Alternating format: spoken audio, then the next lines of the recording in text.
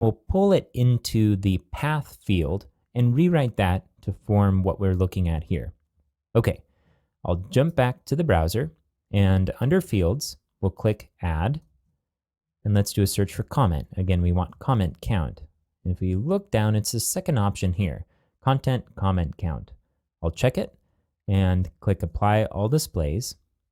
We'll go ahead and put in hidden for the label, since that will give us a sense that it's not part of the output by looking at the fields in the View Edit page, and we can leave everything else at the defaults.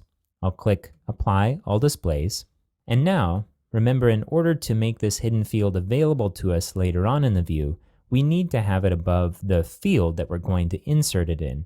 For now, what we're doing is using the convention where we're putting all of the hidden fields at the top of this list of fields so that we can use it in any subsequent field without having to think about the positioning so much.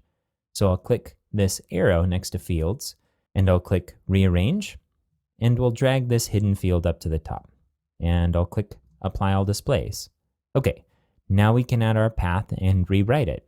So I'll click Add, and we'll do a search for path. Now you might also do a search for URL, but that's not going to turn up the right item here. We need to actually search path. So check Content Path and click Apply All Displays. We'll uncheck Create a Label. We don't need one, but we do need to rewrite this. So I'll click Rewrite Rules. I'll check Rewrite the output of this field. And let's input the static content here, along with placeholders for the dynamic. So we'll do a placeholder for the count. It's going to say comment, and then a parenthesis around S and a period, and then add your comment now. And this whole thing is going to be wrapped in an anchor tag. So we'll do a href equals, and then we'll do a little placeholder there, and then we'll end this with the closing a tag. So now we just need to fill in these two placeholders. So I'll scroll down to replacement patterns. First, we have the path. So we'll grab path here, and I'll paste that in. And then we need the comment count, which is right here up at the top. So we'll copy that and paste that in.